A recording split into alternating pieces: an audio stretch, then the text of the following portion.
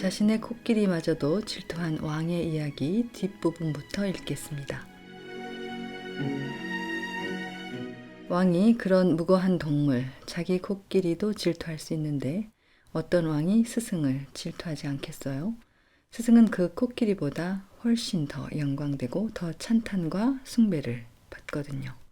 그래서 많은 스승들이 처참하게 죽은 거죠. 그 때문에요.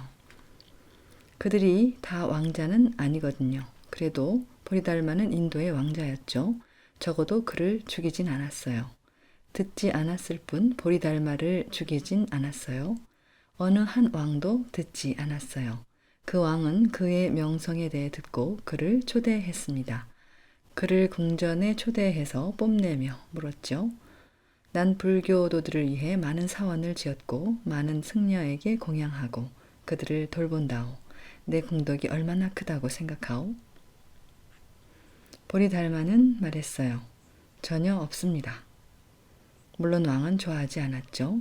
왕은 그저 평범하게 자기 본의적으로 업보와 공덕, 영적 진보에 대해 이해하지 못한 채 말한 거죠. 하지만 보리달마는 부처, 깨달은 이의 견지에서 말했어요. 그래서 왕은 이해하지 못했죠.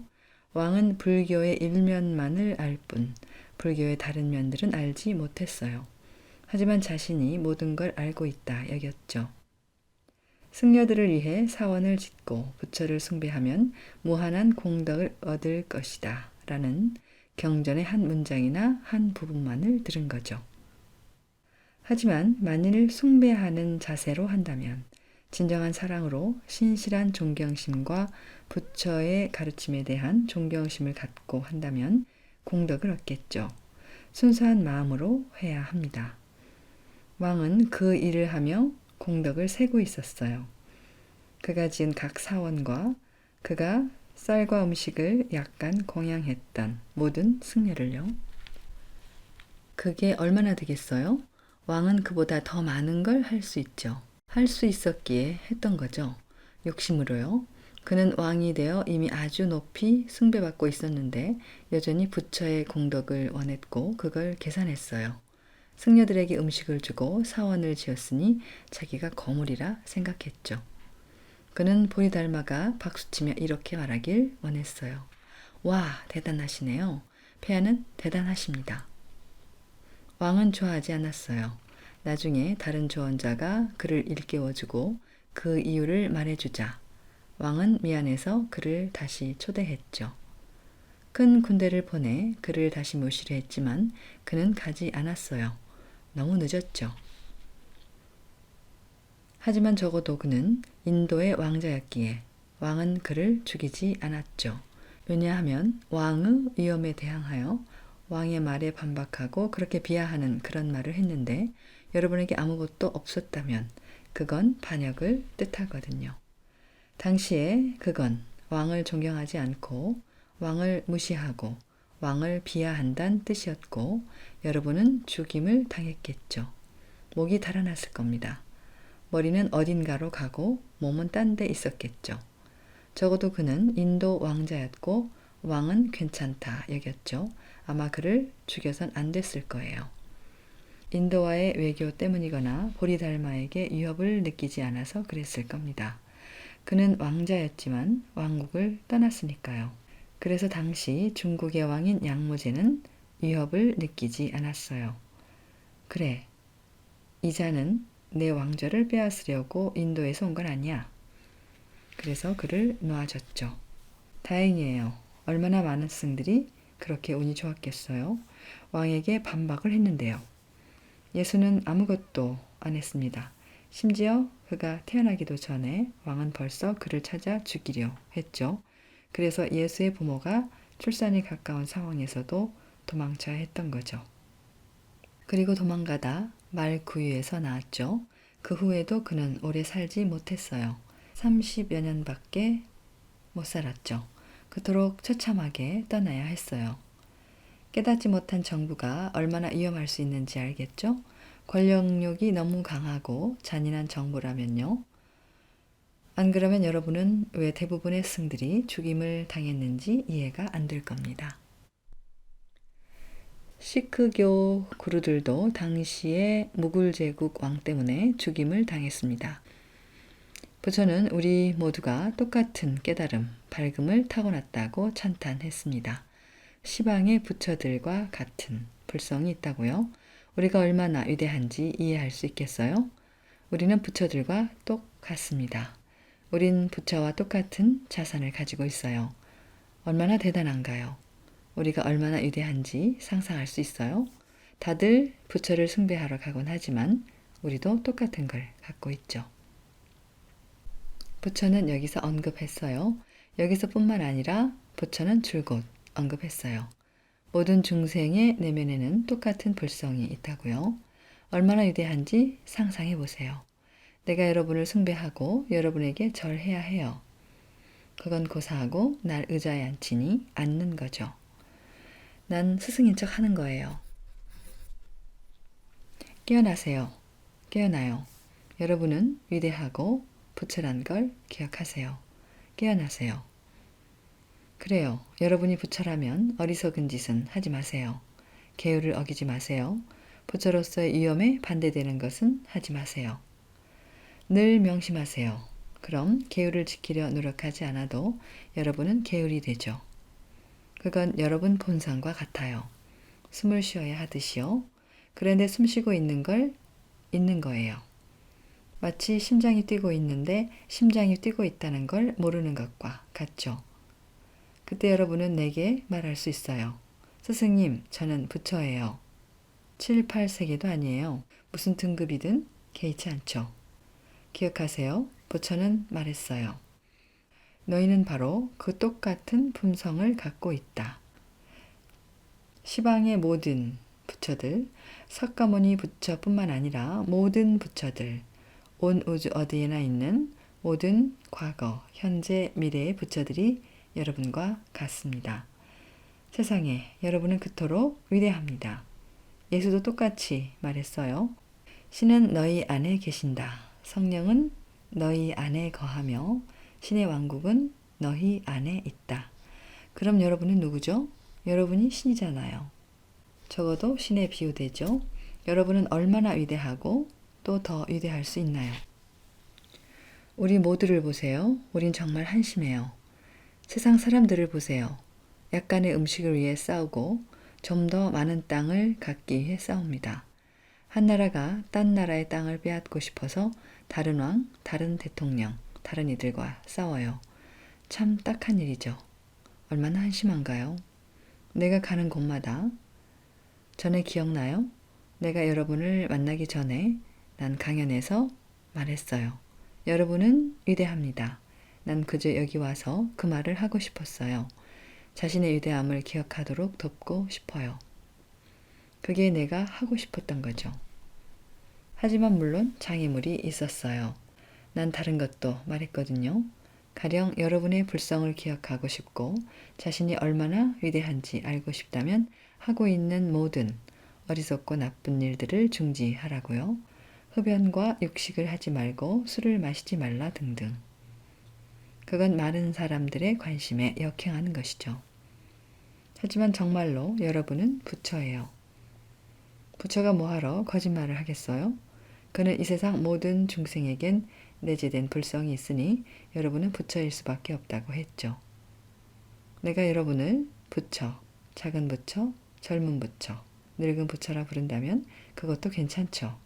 그걸 인식하길 바랍니다. 그냥 그걸 말하거나 내 말을 듣거나 부처 말을 듣는 건 소용이 없으니까요. 그러니 분발해서 자신의 위대함을 인식하세요.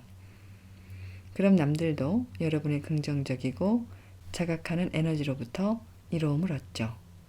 말 한마디 없어도요. 여러분이 어디를 가든 그곳은 빛으로 가득하고 생명력으로 가득하고 행복으로 가득할 겁니다. 여러분이 걷는 곳마다요. 자신을 그런 부처로 만드세요. 설령 자신이 부처인지 아닌지 잘 모른다 해도 그대는 부처다 라고 한 부처의 말을 그저 기억하세요. 그는 거짓을 말하지 않죠. 거짓을 말한 적이 없어요. 뭐하러 거짓말 하겠어요. 그가 너희는 나쁜 죄인이다. 내가 유일한 부처다 라고 말했다면 그에게 더 낫지 않겠어요? 그런데 그는 여러분이 똑같다고 했어요. 예수도 말했죠. 너희는 나보다 더 잘할 수 있다. 모든 스승이 똑같은 말을 합니다. 물론 제자들을 가르칠 땐 가끔 야단쳐야 하죠. 그들은 때로 자신의 마음과 습관, 세뇌된 두뇌를 따르니까요. 세뇌된 두뇌는 그들이 이것저것이며 그걸 증명하기 위해 이걸 해야 한다고 믿게 만듭니다. 가령 남자는 울면 안 되고 우는 남자는 약하다는 거죠. 또 이젠 여러분을 자극합니다. 담배를 안 피우면 멋있지 않고 학교에서 또래들 사이에 끼지 못한다고 하죠. 순진한 젊은이들을 해치죠. 예를 들면요. 그러니 정말 안타까워요. 정말로 간혹 밤에 나 혼자 있을 때 모두가 참 안 됐어요. 그러곤 서로 죽이고 무고한 이들을 죽이면서 그게 잘못된 거란 걸 모릅니다. 여러분 내면은 자비로운 부처인데 그 부처를 깨우지 않는 거예요. 여러분은 자신의 부처를 깨울 방법을 찾지 않고 그저 외부 세상이나 마야, 악기들에 속아서 어리석고 나쁜 일들을 하며 자신을 점점 더 떨어뜨립니다. 수행을 한 뒤에도 그들은 여전히 쫓아다니죠. 경계하지 않는다면요. 그게 부처가 여기서 한 말입니다. 왜일까요? 우리가 왜 부처란 걸 모를까요? 그는 그것도 설명했죠. 자비로운 부처는 모든 걸 말해줍니다. 허망한 생각으로 말미암아. Due to the fault of false thinking. 네, 말해줬죠. 사람들은 이것저것을 하라고 가르쳐요. 심지어 남자는 울면 안 된다고요. 만일 남자가 울고 애교를 부리고 여자나 게이 같으면 온갖 트집을 잡습니다. 여러분은 원하는 만큼 울 수 있죠. 왜 안 되죠? 슬픔과 기쁨을 느끼는 건 자연스러운 거예요. 행복할 때는 웃고 슬플 때는 울죠. 그게 어때서요? 그게 우리이고 감정이죠. 우린 그렇게 만들어졌어요. 우리는 울 때 아무도 해치지 않아요. 웃을 때도 아무도 해치지 않죠. 그런데 왜 울면 나약한 건가요? 왜 눈물은 여자들만을 위한 건가요? 무언가의 감동을 받으면 여러분도 울죠. 무언가로 인해 기쁘거나 슬프면 눈물을 흘립니다. 다 자연스러운 거죠. 다만 그건 그냥 지나가는 순간일 뿐이며 진아에게 도움이 되는 건 아니란 걸 알아요. 즐겁게 웃고 슬플 때는 눈물로 감정을 해소하세요. 하지만 계속 슬픔에 빠져 살진 마세요. 또 터무니없는 여흥에 계속 빠져 있지 말고 진정한 길 수행에 집중하세요. 네, 부처는 말했어요. 이는 진리에 대한 너희의 허망한 생각으로 말미암아 미혹되고 그로 인해 두루 미혹해지기 때문에 허공의 성품이 있게 되고 미혹을 따라 변화가 그치지 않아 세계가 생기는 것이다. 이와 같이 시방의 수많은 나라가 청정하지 않는 것은 모두 미혹하고 어리석은 생각으로 살아가기 때문이다. 상상해 보세요. 불국토를 제외한 모든 나라나 창조된 행성에는 결함이 있고 완전하지 않아요. 그게 다 중생들의 그릇된 생각에서 비롯되어 생기는 것이죠. 그러므로 불국토를 제외한 모든 나라, 모든 행성들은 불완전함과 문제로 가득합니다. 왜냐하면 그릇된 개념에서 생긴 것이니까요. 부처의 말은 그런 뜻이죠. 마땅히 알라. 부처의 말이에요. 마땅히 알라. 허공이 너희 마음속에서 생기는 것이 마치 한 조각 구름이 맑은 하늘에서 생기는 것과 같은데 하물며 허공 속에 있는 세계이겠느냐. 때때로 명상할 때 여러분이 꼭 깨어있는 건 아니에요. 여러분은 뭔가 보지만 그때조차도 실체에 비하면 그 모든 내면의 풍경은 그저 티끌 하나와 같아요. 특히 허공 속의 다른 외부 세계와 소위 외부 물질 세계들은 다 잘못된 생각에서 나왔죠. 거기서 만물이 나왔어요. 너희 가운데 한 사람이라도 진리를 찾아서 근원으로 돌아간다면 시방의 모든 허공이 다 소멸할 것인데 어찌 허공 속에 있는 그 세계들이 무너지지 않겠느냐. 때로 명상하면서 그 세계를 보지만 진리를 깨달을 땐 그 모든 풍경과 그릇된 의향이 사라지죠. 그래서 부처는 어떻게 그 환상의 세계들이 무너지지 않겠느냐 물었죠. 똑같아요. 다 환상이죠. 진리를 깨달으면 내면의 그 모든 그릇된 것은 소멸됩니다. 3세계 내의, 즉 범천까지의 모든 세계들도 똑같아요. 어떻게 그게 영원하겠어요? 부처의 말은 하루 만에 그 모든 게 소멸될 거란 뜻이죠. 일단 진리를 깨달으면 오직 진정한 세계들만이 여러분과 함께 할 겁니다.